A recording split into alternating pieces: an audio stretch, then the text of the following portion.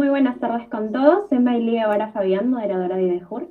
En esta oportunidad tengo el agrado de presentar como ponente al magíster Jonathan Alexis Gilio Chilón, quien es abogado por la Universidad Nacional Mayor de San Marcos, magíster en Derecho Penal y Procesal Penal por la Universidad Carlos III de Madrid, España, a quien le damos la bienvenida a IDEJUR, nuestro Instituto de Defensa Jurídica. El tema de ponencia del día de hoy son los elementos subjetivos del tipo penal. Les recordamos que la certificación es opcional, tiene un costo de 20 soles y está certificado por IDEJUR. Sin más preámbulo, le doy el pase a nuestro ponente para que pueda dar inicio a su seminario. Muchas gracias. Bien, muchísimas gracias, Meili, por la amable presentación y por las coordinaciones. Asimismo, también quiero agradecer a IDEJUR, al Instituto de Defensa Jurídica, por la invitación y también especialmente a la doctora Cintia Núñez Atoche por pensar en mi persona, ¿no? Así que el tema del día de hoy, como bien has descrito, va a tratar sobre temas subjetivos como el dolo y la culpa, y espero que sea de su agrado. Bien, la siguiente diapositiva, por favor. Muy amable, gracias. Bien, ahora sí empezamos con el tema esencial. Bien, como pueden ver en la primera esfera, se va a hablar sobre el dolo, sin embargo, al final también vamos a tocar sobre la culpa, al ser un elemento subjetivo, ¿no? Sobre el dolo, donde la doctrina mayoritaria, donde hay un gran alcance dogmático, es que indican, ¿no? Es más, desde los primeros años de la universidad, lo primero que nos enseñan es que el dolo es conocimiento más voluntad, ¿no? Bueno, esto desde 1956, cuando Belzel en Alemania lo planteaba de manera muy directa, ¿no? Y también en el 82, Zaffaroni en su tratado indica, ¿no? Que el dolo es una voluntad determinada que, como cualquier voluntad, presupone un conocimiento determinado. Es en ese sentido que se han ido ramificando tipos de dolo, que están acá los tres, digamos, los tres fundamentales, que es el dolo directo, ¿no? Que tiene conocimiento y la voluntad, y el dolo indirecto y el dolo eventual. En ese sentido, todo este enjambre de ideas nos basamos en la teoría volitiva de Claude Roxil. Sin embargo, es importante también aclarar que no solamente es la única teoría, sino hay más teorías, las cuales, donde hay un intenso debate en la actualidad, es bueno, como indiqué, en la teoría volitiva de Roxil. Sin embargo, también hay en la teoría de la representatividad del conocimiento, ¿no? Donde autores como Jacobs, Salcinetti, Jiménez de Azúa, digamos, han planteado puntos muy, muy interesantes, ¿no? También Bacigalupo, puntos importantes sobre esta teoría, ¿no? Que dicen que el dolo, ¿no? La acción del delito, no solamente, no tiene que tener conocimiento y voluntad, sino basta con que solo exista el conocimiento. Es más, hay algunas sentencias, ¿no? que han dado mucho que hablar, ¿no? La siguiente diapositiva, por favor. Bien, esto es lo que les mencionaba, ¿no? Dentro de las teorías, digamos, entre comillas, más conocidas, está la teoría de la voluntad, que dice que debe haber conocimiento y voluntad para que exista dolo, pero como indiqué hace unos segundos, también está en debate, ¿no? Un fuerte debate, la teoría de la representación, que dice que solo tiene que existir conocimiento, es decir, ya no considera la voluntad porque le da un tema de sin virtualidad, ¿no? A ver, de manera puntual, bueno, esta clase va a ser sobre la teoría considerando la voluntad y el conocimiento. Sin embargo, creo que es importante, para que sea mucho más nutrido la sesión, también tocar el tema de la representación, ¿no? Aquí solo considera el conocimiento para ser esencial, como indicado. Dentro de esta corriente, ¿no? de este sistema de ideas, encontramos, ¿no? a grandes exponentes como Pfister, que dice, ¿no?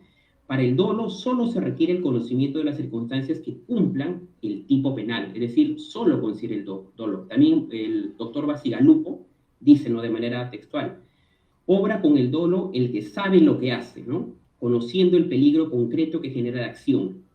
Sobre este tipo de planteamientos también el profesor Gunther Jacobs también lidera esta corriente, ¿no? de la teoría de la representación o del conocimiento.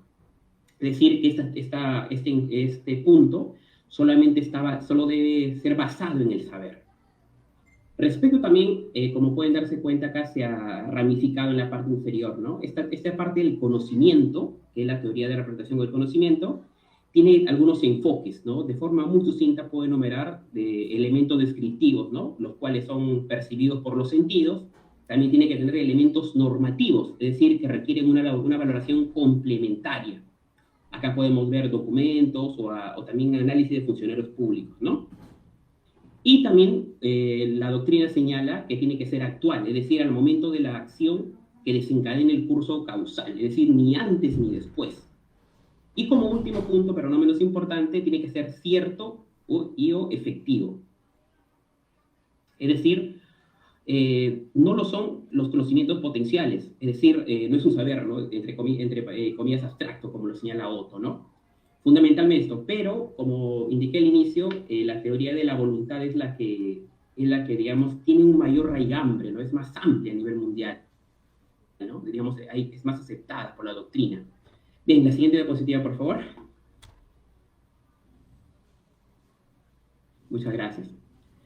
Ahora bien, como se indicó en la primera lámina, el dolo, y como lo señala en la doctrina, ¿no? Por ejemplo, acá Villavicencio, en su obra Derecho Penal, parte general, indica, ¿no? Sobre el dolo directo, obviamente. Es la realización del tipo, ya sea del resultado o de la acción delictiva, es precisamente la que el autor despliega. También en esa línea, la doctrina alemana también va acompañando esos puntos, ¿no? De manera muy, muy directa podría indicar sobre el dolo de primer grado o dolo directo, es decir, que se conoce que su conducta puede configurar un resultado típico, es decir, que el autor del hecho delictivo ha querido realizar el resultado típico, ¿no? Ha habido totalmente un despliegue para que se realice. Roxin también señala, ¿no? Sobre el dolo de primer grado, que bajo el concepto de intención o propósito cae lo que el sujeto persigue. Esa palabra persigue, es decir, que siempre ha habido una intención ahí.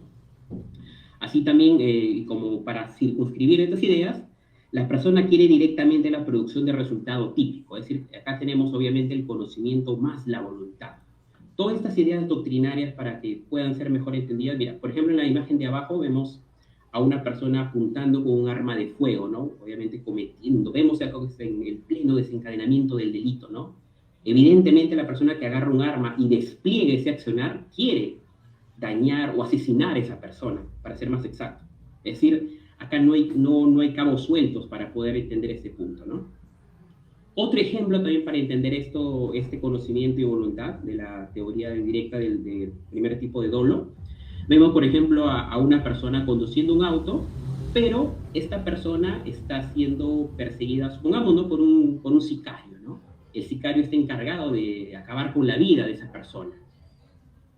Lo que es el sicario, pues como vemos en la imagen, dispararle directamente o colocar una bomba. Acá hay que tener atención porque este ejemplo va muy concadenado con el segundo tipo de dolo, que es el dolo indirecto, ¿no? Pero vemos que aquí, digamos, la víctima obviamente cuando ha estallado el explosivo, está conduciendo normal y se lo ha colocado en explosivo. Es decir, se ha buscado de manera exacta, ¿no? Que la persona muera. Es decir, toda la configuración se ha dado para que la persona pierda la vida.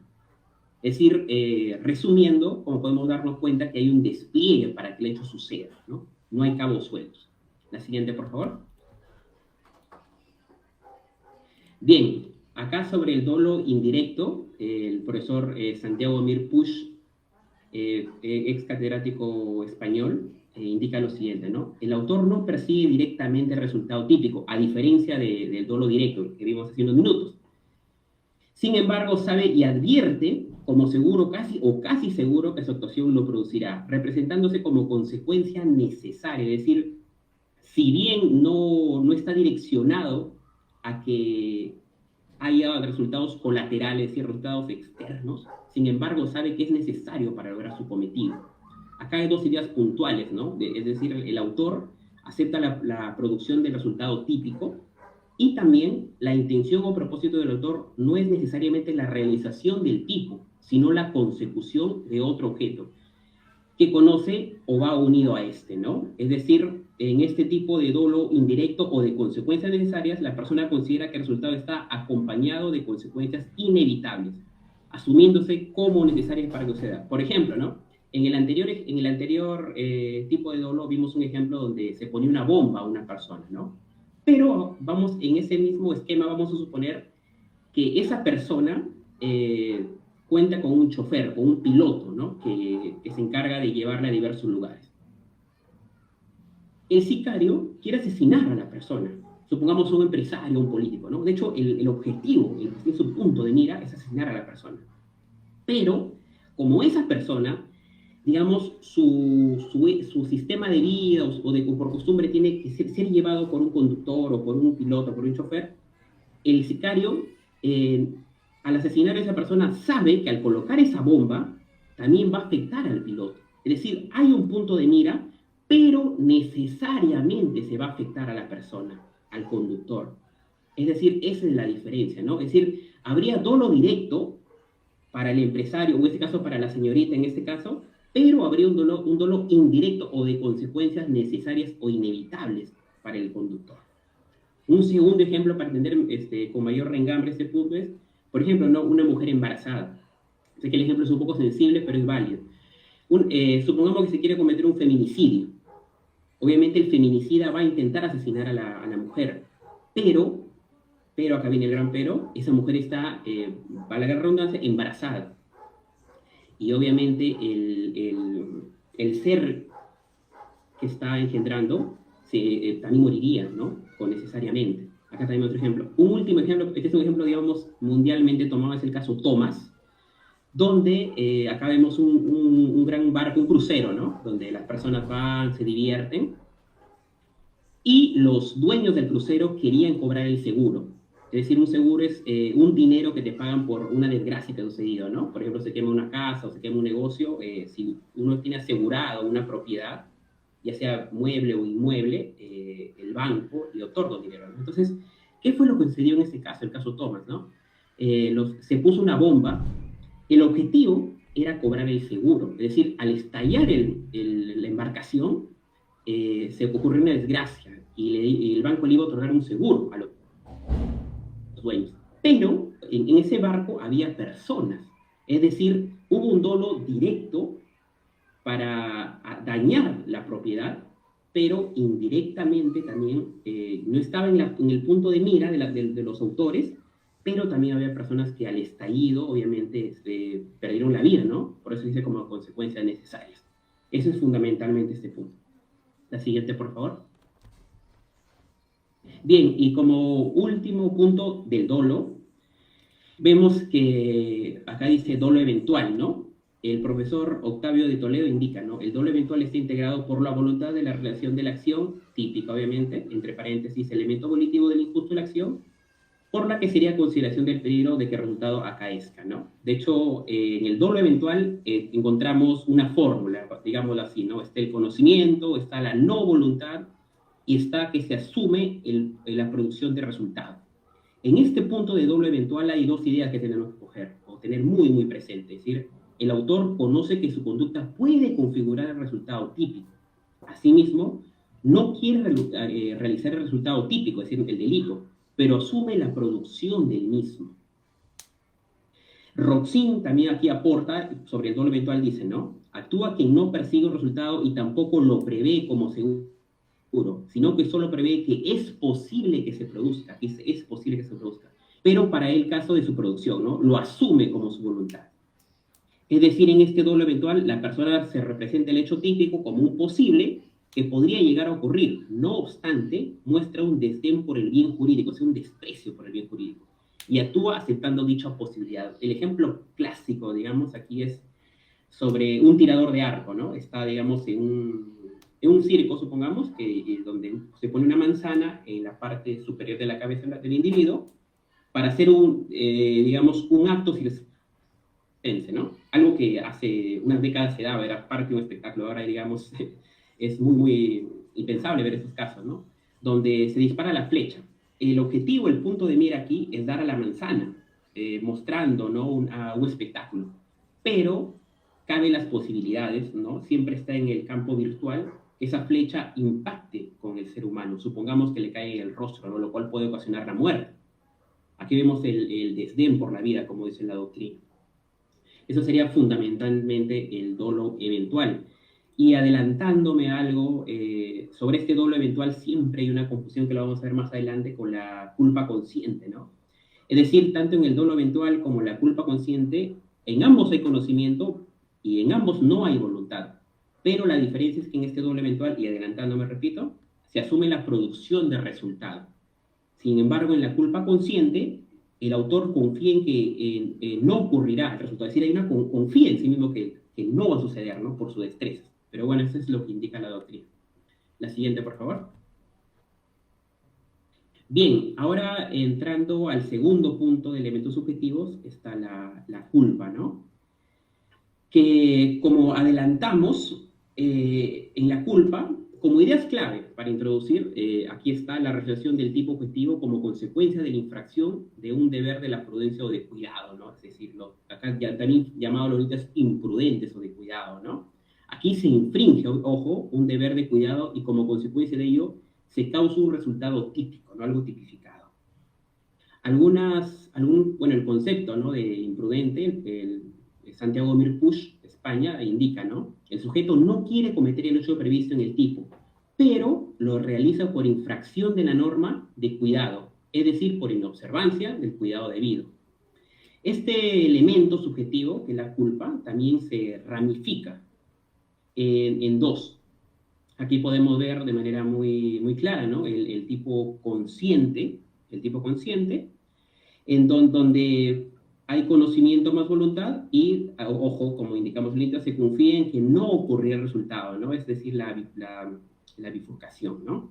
Asimismo, también la persona o el autor, en este caso, guiada por las circunstancias o sus capacidades personales, confía en que el resultado típico, a pesar de su posibilidad, no se, o sea, confía en que no se va a producir porque considera que el que tiene ciertas destrezas, ¿no? La siguiente, por favor. Bien, aquí sobre la culpa consciente, la doctrina ha desarrollado, digamos, muchos sistemas, muchos elementos, ¿no? Valiosos. Pero siempre queda el debate, ¿no? Porque uno cuando googlea y empieza a analizar estos temas, siempre hay ese debate entre doble eventual y culpa consciente, ¿no? Pero bueno, los alcances que me ha podido dar para ser básicos, ¿no? Son los que se han considerado. Sin embargo, el debate sigue en este punto. Como ejemplo, en este punto de culpa consciente, acá vemos a un motociclista, ¿no? Vamos a llamarlo Juan, supongamos, ¿no? Hay que graficar el ejemplo. Juan va manejando a una excesiva velocidad, confiando en que no pasará un peatón. Y que, obviamente, acá se ve que Juan cree en sus destrezas, ¿no? Considera, ¿no? En su imaginación. Y Juan domina a la perfección su motocicleta. Pero en el viaje, ojo, en el viaje pasa algo, ¿no? Que Esteban se cruza en la pista. Y obviamente, como está manejando una gran velocidad, Juan no puede evadir, ¿no? Evitar esa desgracia, ¿no? Y es accidentado por Pedro. En consecuencia, Esteban fallece, ¿no? Acá vemos el ejemplo, digamos, muy, muy, muy graficado, ¿no? Donde ahí vemos la fórmula dada y también que digamos, ha sido imprudente, pero confiando en sus capacidades, ¿no? La siguiente, por favor. Como último punto está la culpa inconsciente, ¿no? Digamos, aquí la gran diferencia con la anterior, que es la culpa consciente. En la culpa inconsciente, también, bueno, lo que, como parangón, ¿no? Lo que vamos a encontrar de caracterización es que no hay conocimiento y no hay voluntad. Es decir, esa es la fórmula clave, ¿no? Para recordarlo. Pero, y acá hay la idea puntual es, la persona no se representa ni advierte el peligro de su acción, ni menos aún quiere el resultado lesivo típico. Como ejemplo claro, bien, acá creo que las imágenes no son tan gráficas, pero voy a tratar de describirlo.